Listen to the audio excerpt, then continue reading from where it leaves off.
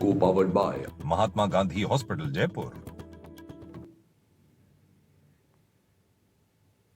नमस्कार, आप सभी का स्वागत है एनडीटीवी राजस्थान पर और मैं हूं आपके साथ शुभेंदु सिंह। आप देख रहे हैं सबसे बड़ा मुद्दा और आज सबसे बड़ा मुद्दा में बात करेंगे राजघराने के बीच पनपे हुए विवाद की।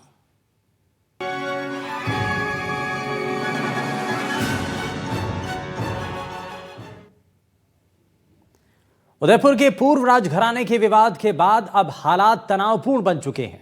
हालांकि पहले दिन की पत्थरबाजी के बाद दूसरे दिन कोई अप्रिय घटना सामने नहीं आई है। पुलिस ने सिटी पैलेस के गेट पर बैरिकेड और लोहे की ऊंची जालियां लगा दी हैं। एकलिंग जी मंदिर परिसर के बाहर भी सुरक्षा बल तैनात है।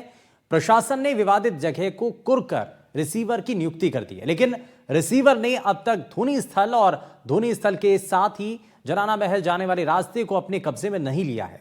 पूर्व राज परिवार के नए महाराणा विश्वराज सिंह मेवाड़ से कलेक्टर अरविंद पोसवाल, आईजी राजेश मीना और एसपी योगेश गोयल समूर बाग पैलेस पहुंचकर उन्होंने मुलाकात की। विश्वराज सिंह मेवाड़ ने ऐलान किया कि वो बुधवार को एकलिंगनाथ जी मंदिर दर्शन करने के लिए जाएंगे और इससे पुलिस प्रशासन चिंता में पड़ चुका है, क्योंकि Maharana Mewar charitable foundation trust ने एकलिंग जी जाने की अनुमति भी उन्हें नहीं दी है। अनाधिकृत लोगों के मंदिर में प्रवेश पर रोक लगा दी गई है। कलेक्टर ने कहा है कि अभी तक धोनी दर्शन को लेकर दोनों पक्षों में सहमति नहीं बन पाई है। सोमवार को हुई हिंसा के बाद मंगलवार को विश्वराज सिंह मेवाड़ ने कहा कि मैं लड़ाई झगड़ा नहीं चाहता, इसीलिए सिटी पैलेस में नहीं जाता। लेकिन यह प्रशासन की कमजोरी और ढिलाई है कि रिसीवर ने ठोस कार्रवाई नहीं की और विवादित स्थल को कब्जे में नहीं लिया। महाराणा प्रताप के वंशजों में ऐसा झगड़ा पहली बार क्यों सामने आया कि लड़ाई सड़क पर आ चुकी है? मंदिर और धोनी दर्शन से महाराणा को क्यों रोका जा रहा है, जबकि आम लोग भी एकलिंग जी के दर्शन कर सकते हैं, वहां पर पहुंचते हैं? विवाद की असली वजह क्या है? विश्वराज सिंह का राज तिलक है या पूर्व राज परिवार की राजगद्दी है? विश्वराज सिंह राज तिलक के बाद सिटी पैलेस में रहने वाले उनके चाचा के परिवार ने उन्हें क्यों रस्में पूरी करने से रोक दिया? इसका क्या समाधान होगा? सबसे बड़ा मुद्दा में आज उदयपुर राज परिवार विवाद को लेकर के हम चर्चा करेंगे, लेकिन सबसे पहले एक रिपोर्ट आपको दिखाते हैं।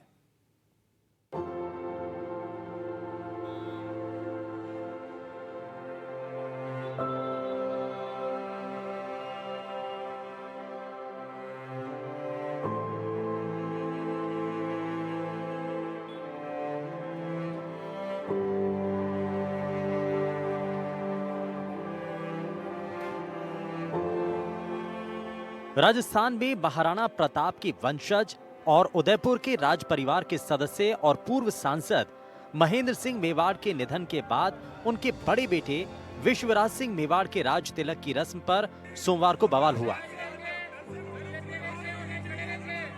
राज तिलक को लेकर विश्वराज सिंह और उनके चाचा के परिवार के बीच विवाद बढ़ गया है।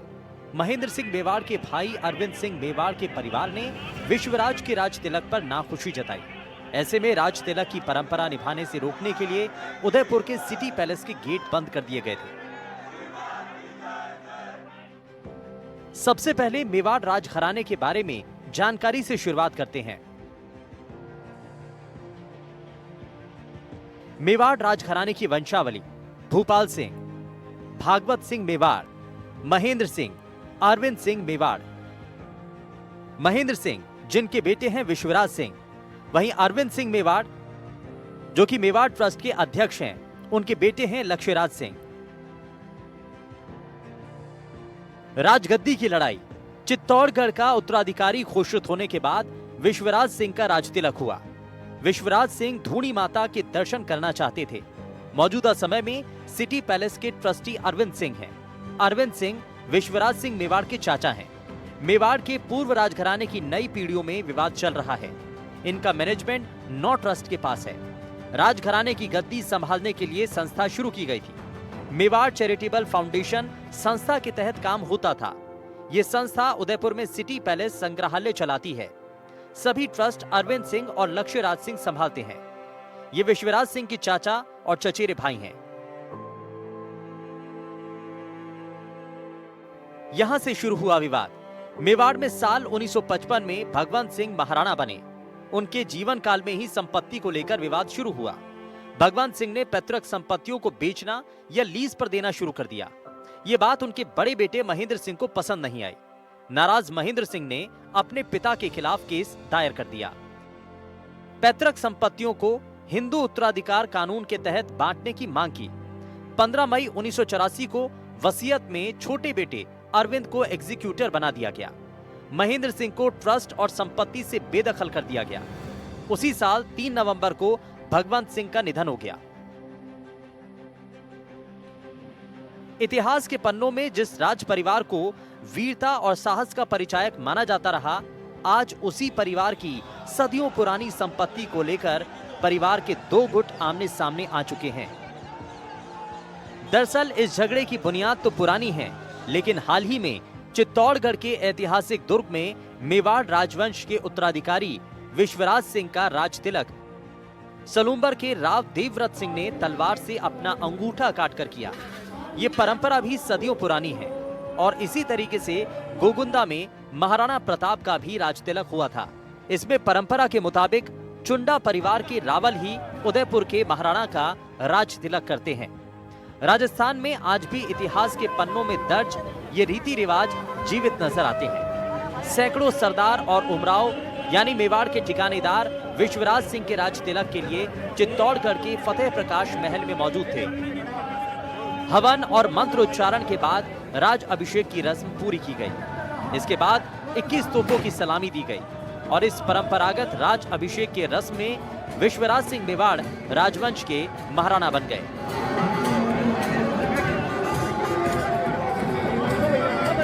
ये मैं कहना चाहता हूँ कि जो पारिवारिक एक तो संपत्ति है, लेकिन एक जो ये रीत है कि हमें जाके धोख देना है, उसके लिए ये इतना सब हो रहा है। ये तो ये भले आप कानूनी तरफ से देखें, भले सभ्यता से देखें, भले सामाजिक तौर से देखें, भले रीत रिवाज से देखें, सभी तरीके से ये तो सरासर गलत ही हो रहा है।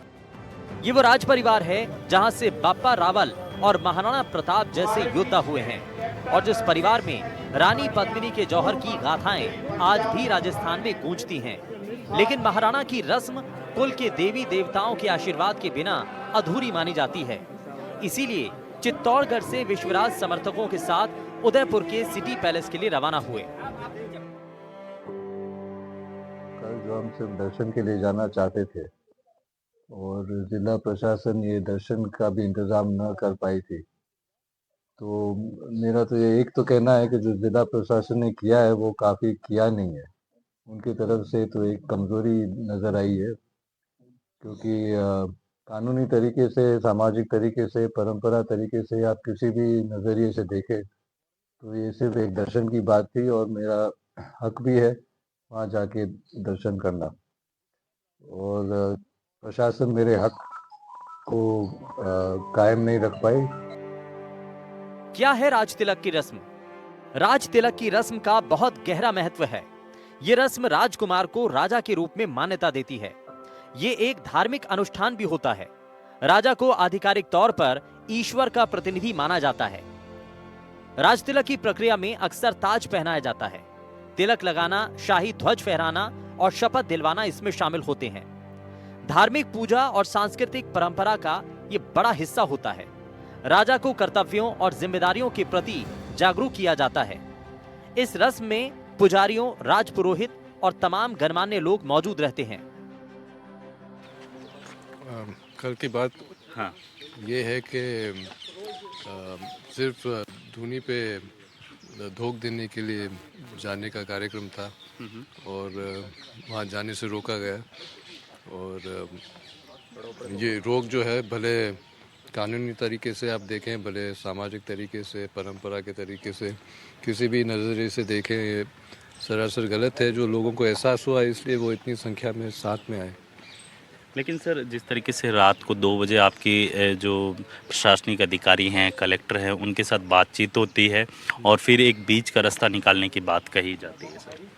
देख, सबसे पहले मैं कहना चाहूँगा कि कहीं ना कहीं ये तो प्रशासन की तरफ से बहुत ही ढील है, क्योंकि जैसे मैंने कहा, भले कानूनी तरीके से, सामाजिक तरीके से, किसी भी नज़रिए से देखें आप, मुझे वहाँ जाने से कोई रोका नहीं जा सकता है। और फिर कॉन्स्टिट्यूशन के तहत राइट टू रिलीजन वर्शिप भी है, तो ये सब राइट्स मेरे सिक्योर नहीं है। और फिर जो है प्रशासन एक बीच का रास्ता निकाल रहा है तो वो अपने आप में एक डील बताती है। और ये बीच का रास्ता है कि वो उस भाग को रिसीवर नियुक्त करेंगे, लेकिन जहाँ तक मेरे पास समाचार आए हैं अभी तक वो प्रैक्टिकल जो बात है पोजीशन लेने के कदम अभी तक शुरू नहीं हुए हैं। और ये बात शुरू भी हुई क्योंकि एक तो हमें तो सिर्फ दर्शन के लिए जाना है, फिर लेकिन from with in the premises पथराव भी हुए, कुछ लोग इंजर्ड भी हुए। और तब भी वहाँ के पुलिसकर्मी कह रहे थे आप एफआईआर फाइल करो तभी हम एक्शन लेते हैं, तो उनके खिलाफ भी कोई ठोस कदम नहीं लिए गए। सर आपने बताया कि पुलिसकर्मियों ने कहा कि एफआईआर दर्ज किए तभी हम कार्रवाई करेंगे। क्या आपने उच्च अधिकारियों को इसकी सूचना लिखित में दी है या फिर आगे का स्टेप क्या रहेगा आपका? देखिए आगे का स्टेप तो यही है कि एक तो ये जो रिसीवर नियुक्त किया है इसको आप उसके लिए आप ठोस कदम उठाएं। बिल्कुल। और जहाँ एफआईआर की बात है वो पुलिस के कर्मियों के साथ, क्योंकि ये तो एक सरासर गलत बात है कि अगर आप कोई पत्थर फेंक रहा है बिल्डिंग के अंदर से आप बोलो कि आप एफआईआर पहले फाइल करो, तो आप कोई झगड़ा देखोगे, कोई पुलिस कोई झगड़ा होते हुए देखता है तो क्या एफआईआर की इंतज़ार होती है? तो इसके लिए सर कौन जिम्मेदार है? आ, प्रशासन की ढील तो सामने ही है। तो इसको लेके सर आपने जैसे डीजी स्तर के अधिकारी या फिर जो अन्य अधिकारी हैं उनको भी इसके लिखित में सूचना दी है कि इस लेकिन तरीके की कल तो एसपी आईजी सब थे वहाँ पे, हाँ हाँ। तो ज़बानी बात हो गई, अच्छा। उनके सामने ही सब ये रात घटना को 2:30 बजे तक भी आपकी वहाँ पे बातचीत होती है, वो सब थे वहाँ पे रात को। लेकिन आश्वासन दिया जाता है आपको। पुलिस कर्मियों ने तो यही कहा कि आप एफआईआर फाइल करें, और ये जो आश्वासन है ये तो सिर्फ ये जो रिसीवरशिप की बात है उसकी हुई है। भारतीय इतिहास में राज तिलक के साथ धूणी दर्शन की परंपरा भी है, जो बहुत पुराने समय से ही चली आ रही है। धूणी दर्शन की परंपरा नए महाराणा के राज तिलक के बाद धूणी दर्शन की परंपरा होती है। इसके बाद राजा को एकलिंग जी मंदिर में भी दर्शन करने होते हैं। राज तिलक के बाद विश्वराज सिंह भी धूणी दर्शन के लिए पहुंचे थे, लेकिन उन्हें सिटी पैलेस में घुसने से रोक दिया गया। धूणी माता की परंपरा राजघराने के लिए बहुत महत्वपूर्ण है, क्योंकि नए महाराणा के राज तिलक के बाद माता के दर्शन की परंपरा होती है, लेकिन इसका इतिहास बड़ा खास है। धूणी माता का इतिहास। धूणी माता को लेकर एक दिलचस्प इतिहास है। उदयपुर के संस्थापक महाराणा उड़ाई सिंह से जुड़ी ये कहानी है। महाराणा उड़ाई सिंह शिकार करने निकले थे। उन्होंने देखा कि जंगल में से धुआं निकल रहा है। पिछोला झील के पास उन्हें एक संत मिले। संत ने कहा कि आप यहाँ अपनी राजधानी बसाओ, हमेशा तुम्हारी राजवंश की फतह रहेगी। मुगलों के आक्रमण से परेशान राणा उदय सिंह ने चित्तौड़गढ़ का किला छोड़ दिया और जहां संत मिले थे वहां उन्होंने उदयपुर का राजमहल बनाया। और आज भी यहां संत की जगह पर धूणी माता का मंदिर है और यहां राज परिवार और उदयपुर के लोग किसी भी शुभ काम से पहले, शादी की रस्म या फिर बच्चे के जन्म या फिर राज तिलक के समय दर्शन और आशीर्वाद लेने जरूर आते हैं। कोर्ट ने तय कर दिया है, ट्राइब्यूनल ने तय कर दिया है कि ये पारिवारिक संपत्ति है और जहाँ पूजा का स्थल है आप वैसे भी नहीं रोक सकते हैं। तो मेरा तो पूरा हक बनता है कि मैं वहाँ जा के रोक लगाऊं, और कानूनी स्थिति तो यही है। ये देखे वो विल की बात कर रहे हैं, जो विल में उन्होंने लिखा है और जो नोटिस में लिखा है ये कोर्ट ऑर्डर और जो कोर्ट रिकॉर्ड उसके खिलाफ है। तो इसीलिए आप ये क्रिमिनल ट्रेसपास कैसे हो सकता है जब पूरी संपत्ति एचओएफ प्रॉपर्टी है, मैं परिवार का सदस्य हूँ, तो मेरे तरफ से तो क्रिमिनल ट्रेसपास कैसे हो सकता है? कोई दर्शन दे के वापस आ रहा है, वो क्रिमिनल ट्रेसपास कहाँ से हुआ? एकलिंग जी मंदिर की बात है, आप मंदिर को कैसे बंद कर रहे हो? और मंदिर में कौन सा क्रिमिनल ट्रेसपास? हम तो दर्शन दे के वापस आएंगे। मैं नहीं कर पाता हूँ तो ये तो प्रशासन के फेलियर है। और ऐसे नोटिस भेज करना, और ये जो अखबार वाले ऐसे नोटिस छाप भी लेते हैं कि ये तो एक अंग्रेजी में कहें अब्सर्ड है कि कोई मंदिर में क्रिमिनल ट्रेसपास कैसे कर सकता है? वो तो मंदिर में तो दर्शन के लिए ही गए। मुझे खुशी है कि मेवाड़ के लोग गलत चीज के खिलाफ आवाज उठा रहे हैं, लेकिन आवाज उठानी है, लेकिन कानून को अपने हाथ में नहीं लेना है, वो तो मैं स्पष्ट कर देता हूँ। और धूनी का दर्शन, अगर ये पहले फर्स्ट स्टेप है जो कलेक्टर ने कहा कि हम प्रॉपर्टी 145 में लेते हैं, तो एक कदम वो है, फिर उसके बाद देखते हैं आगे। बताया जाता है कि जब विश्वराज सिंह मेवाड़ दर्शन के लिए पहुंचे तो वहां पत्थरबाजी भी हुई, लेकिन विवाद की ये कहानी आज की नहीं है बल्कि पुरानी है। पूर्व राज परिवार में टकराव, ये है विवाद की असली वजह। विश्वराज मेवाड़ की पगड़ी, दस्तूर रस्म के बाद हंगामा। सिटी पैलेस के धूनी स्थल पर था कार्यक्रम में जाने को लेकर ही विवाद शुरू हुआ। सिटी पैलेस का संचालन महेंद्र मेवाड़ के परिवार के पास है। उनके छोटे भाई अरविंद मेवाड़ के पास अधिकार है। अरविंद मेवाड़ के पक्ष ने प्रवेश पर रोक लगा दी। पारिवारिक संपत्ति का मामला है। धूनी स्थल पर रोका जाना ये सरासर गलत है। कानूनी रूप से हो या परंपरा, सामाजिक तौर पर हो, धूनी स्थल पर नहीं जाने देना गलत है। तो फिलहाल राज परिवार के बीच बनी इस तनातनी को शांत करने के लिए प्रशासन को भी इसमें बीच बचाव के लिए आना पड़ा। अब प्रशासनिक स्तर पर भी इस पर काम किए जा रहे हैं। कल दो पक्षों को लेकर एक विवाद की स्थिति पैदा हुई। विवाद ये था कि एक पक्ष के लोग जो है वो सिटी पैलेस में जाके धूनी के दर्शन करना चाह रहे थे, क्योंकि उनका ये मानना था कि जो राज तिलक की जो प्रक्रिया हुई है उसी परंपरा का हिस्सा है। लेकिन हमने प्रशासन ने पिछले 5 दिन से लगातार सिटी पैलेस से और उनके पदाधिकारियों से बातचीत कर रहे थे और इस बात पे सहमति बनाने की कोशिश की जा रही थी कि उनके प्रतिनिधि 5 लोगों को हम अंदर दर्शन के लिए ले जाएं। तो कई राउंड ऑफ नेगोशिएशन हुए। बहुत से राउंड ऑफ नेगोशिएशन के बाद हमारी वार्ता फेल हो गई। हमने आपस में भी लोगों की बातचीत की, तो उसके बाद दोनों पक्षों से ये आग्रह किया गया कि आप अभी एक बार तो स्टेटस को बना के रखें, शांति बना के रखें, क्योंकि दोनों ही पक्षों के द्वारा जो काफ़ी संख्या में लोग इनके साथ उपस्थित हैं, ऐसी परिस्थिति में कई बार भीड़ उग्र हो जाती है, कानून व्यवस्था हाथ में ले लेती है, हिंसक झड़पें हो जाती हैं, जो किसी भी स्थिति में सरकार नहीं चाहती थी। तो कल रात को लगभग 2 बजे के आसपास दोनों पक्षों में सहमति बनी और वो यहाँ से लोग वापस चले गए। और क्योंकि सिटी पैलेस के द्वारा गेट बंद थे, उन्होंने प्रशासन के कहने पे, सबके कहने पे गेट नहीं खोले, तो हम लोगों ने जो विवादित एरिया था, धूनी का एरिया था, उसको अपनी रिसीवरी में ले लिया है। रिसीवरी का मतलब ये होता है कि वो सरकार के कब्जे में रहेगा और आगे उस पर क्या करना है, किस प्रकार से आगे करना है, वो कानून व्यवस्था को देखते हुए, आज की परिस्थिति को देखते हुए उसका निर्णय लिया जाएगा। ये थे उदयपुर के कलेक्टर अरविंद कोतवाल जी, जिनका साफ तौर पे कहना है कि उदयपुर के अंदर जो कानून व्यवस्था है उसको प्रॉपर तरीके से बनाने के लिए पुलिस महकमा और प्रशासनिक अधिकारी मुस्तैद है और हर जगह पर जो बैरिकेडिंग है वो 3 लेयर की गई है। कोई भी अगर इस तरीके की हुड़दंगबाजी करता है तो उनकी धरपकड़ के लिए भी जो पुलिस है पहचान करके उन्हें सलाखों के पीछे भेजने का काम कर रही है। उदयपुर से पुष्पेंद्र तिवारी के साथ वीरेंद्र सिंह शेखावत, NDTV। तो चर्चा से पहले हमारी कोशिश थी कि हम आपको पहले इस पूरे विवाद के बारे में समझा सकें और हमारी इस रिपोर्ट के जरिए हमने कोशिश की है। लेकिन अब जरा बिना देरी किए जल्दी से आज के खास मेहमानों से आपको मिलवा देते हैं। हमारे साथ वकील अमनदीप चौरी जी कार्यक्रम में जुड़ चुके हैं। सर, बहुत स्वागत है आपका। हमारे साथ पूर्व IPS अधिकारी मुकेश मीना जी कार्यक्रम में जुड़ चुके हैं। मुकेश जी, बहुत स्वागत है आपका भी। हमारे साथ राजनीतिक विश्लेषक डॉक्टर हेमंत गोयल जी कार्यक्रम में जुड़ चुके हैं और साथ ही वरिष्ठ पत्रकार श्याम सुंदर शर्मा सर हमारे साथ कार्यक्रम में जुड़ चुके हैं। सभी का बहुत स्वागत है। लेकिन शुरुआत जरा सबसे पहले मैं इसमें मुकेश सर आपसे कर रहा हूँ। मुकेश जी, एक चीज बताइए, क्योंकि बार बार ये कहा जा रहा है कि भाई जब बीच में तनाव की स्थिति बन गई तो इस पर क्यों नहीं प्रशासनिक स्तर पर कोई स्टैंड लिया जा रहा है। भाई ठीक है, पूजा करने का अधिकार तो सभी का है, तो उसी अधिकार के तहत वो भी जा रहे हैं विश्वराज सिंह। देखो, इस तरह की जो समस्या होती है, 2 ग्रुप जो सिविल मैटर होता है उसमें एडमिनिस्ट्रेशन को बड़ा कॉशियसली उसमें काम करना पड़ता है।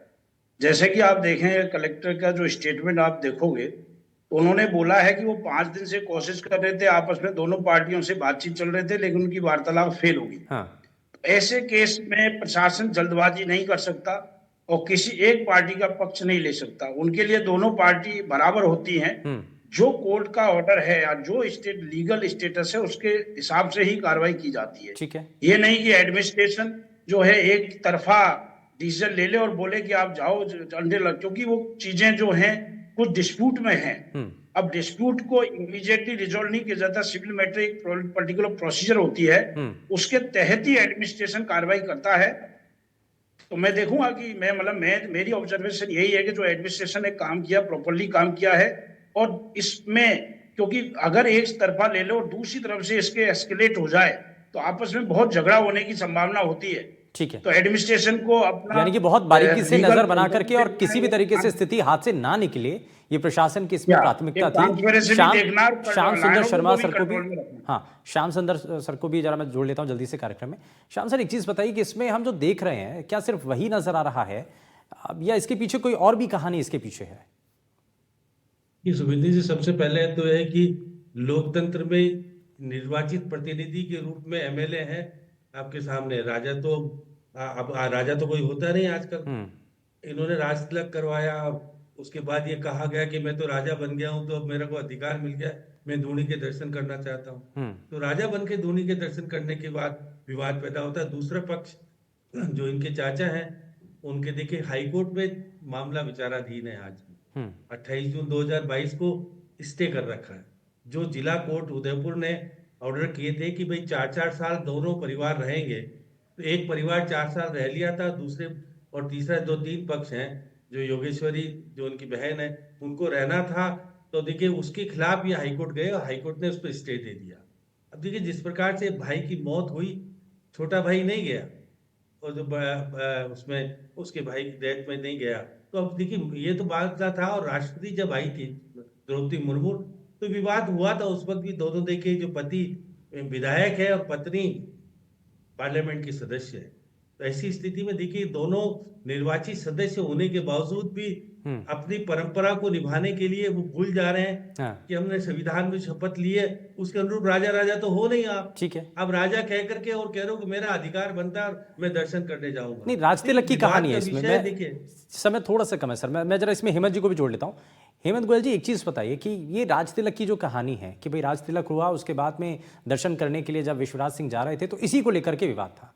क्या विवाद की कहानी राज तिलक से शुरू होती है? आपत्ति सिर्फ इसी बात से है? आम नागरिक के तौर पर जाते तो शायद कुछ नहीं होता। हेमंत जी, चलिए हेमंत जी से हम जानेंगे, लेकिन हाँ बताइए सर। जी नहीं, देखिए ये तो एक सामान्य जो राजपूती परंपरा है अपनी दस्तूर की, तो वो उन्होंने निभाई। अब ये तो अरविंद सिंह को बड़ा दिल दिखा के और ये सोचाइए कि ठीक है, जो प्रॉपर्टी से कोर्ट में चल रहा है, अब दर्शन कर लेंगे विश्वनाथ सिंह या एकलिंग जी का दर्शन कर ले, तो उससे उस संपत्ति पर तो कोई कब्जा नहीं हो जाएगा। हाँ। दर्शन तो वो कर ही सकते हैं, दर्शन तो कोई भी सामान्य ना। तो ये महाराणा प्रताप ने जिनको वीर और बलिदान के प्रतिमूर्ति के रूप में जाना जाता है, अगर उनके बच्चे अगर इस तरह से जमीनों को झगड़े करेंगे और इतना बड़ा दिल नहीं दिखा पाएंगे कि धूनी के दर्शन वो कर ले उनके भतीजे, या एक जी के दर्शन उनके भतीजे कर सके, तो ये तो बहुत ही प्रभावजनक है, बहुत ही अनफॉर्चुनेट है। बाकी तो सही है कि जो आपस में प्रॉपर्टी की जो विवाद है वो तो 1983 से चल रहे हैं। और चूंकि जो इनके पिता भगवंत सिंह थे, उनके साथ उनके बेटे महेंद्र सिंह है, विश्वनाथ सिंह के पिता, उनका चूंकि विवाद उस समय हो गया, तो उन्होंने उन पर केस फाइल किया था प्रॉपर्टी विवाद को लेकर। तभी से उन्होंने उनको सारी प्रॉपर्टीज का ये जो परेशानी है, इसको जरा थोड़ा सा और बारीकी से समझने की कोशिश करते हैं। मैं सर वापस लौटता हूँ, अमनदीप जी भी हमारे साथ हैं। अमनदीप जी, इसमें कानूनी पहलू क्या कहता है? भाई पहले से पुराना विवाद चला आ रहा है, आज का तो है नहीं, हाँ, तो लेकिन दर्शन करने से रोकना, और इस पर प्रशासन, अब सभी की नजरें प्रशासन के ऊपर है और कल एक बार फिर से जा रहे हैं। देखिए शुभेंदु जी, सबसे पहले तो ये एक बहुत ही पुराना राजघराने की परंपरा चली आ रही है जिसमें राज तिलक होता है। राज तिलक के बाद में राजा तभी माना जाता है उसको जब सबसे पहले वो धूनी माता के दर्शन करें, उसके बाद में एकलिंग जी का जो शिव जी का मंदिर है उसके दर्शन करें। तो उस परंपरा के तहत ही वो वहां पर दर्शन करने के लिए गए थे। मामला जहां तक लीगल जो इशू है वो यहाँ पे ये है कि इसमें स्टे है, जैसा कि बताया एक पैनलिस्ट ने। स्टे के बावजूद भी क्योंकि वो परंपरा जो चली आ रही है, तो वहां पे अगर दर्शन कर लेने मात्र से किसी का कब्जा नहीं हो जाता। और आगे एक रिसीवर नियुक्त जो किया जाने वाली बात चल रही है, जब वो रिसीवर नियुक्त किया जाएगा, अब उसके बाद ही इस जो परंपरा को पूरी करने के लिए आगे बढ़ा जा सकता है। ठीक है, ठीक है, यानी कि ये पूरा पहलू है, इसको हमने समझने की कोशिश की, हालांकि समय थोड़ा सा कम रहा।